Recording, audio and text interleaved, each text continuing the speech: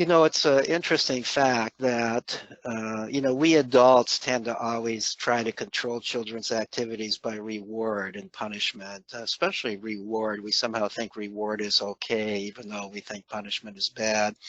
And really, they're kind of just two sides of the same coin.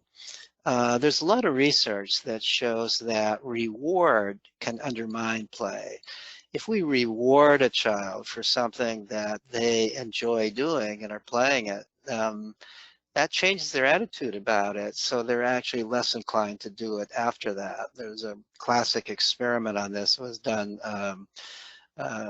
quite some years ago with kindergarten children, where they took an activity that all of the children enjoyed doing, drawing with magic markers, these felt tip pens, and with half the children, they rewarded them just once for drawing with magic markers. They had a way of doing this where they got a good player certificate for drawing a picture with magic markers, and the other children were not rewarded for drawing a picture.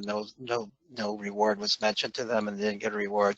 And then they followed up the children afterwards, and those who were rewarded just once for drawing a picture with magic markers subsequently drew less with magic markers than they did before.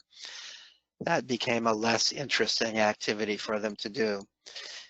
And there was another observation made that those children who drew a picture for a reward actually drew worse pictures than those children who had drawn a picture for no reward, who were just drawing a picture for the fun of doing it. It illustrates two things about the difference between play and work. Work is something you do for a reward. And when you do something for a reward, you begin to think of it. Well, this is kind of work. This is what I'm doing for a reward. It changes your attitude about it. So now drawing with magic markers is something you do for a reward. Why would you do it if you're not going to get a reward anymore? So that's why it would drop off. Also, if you're doing something for a reward, you tend to do the least that you have to do to get the reward. You know, it's like the student in school. What's the least I have to do to get an A if I feel like I need an A?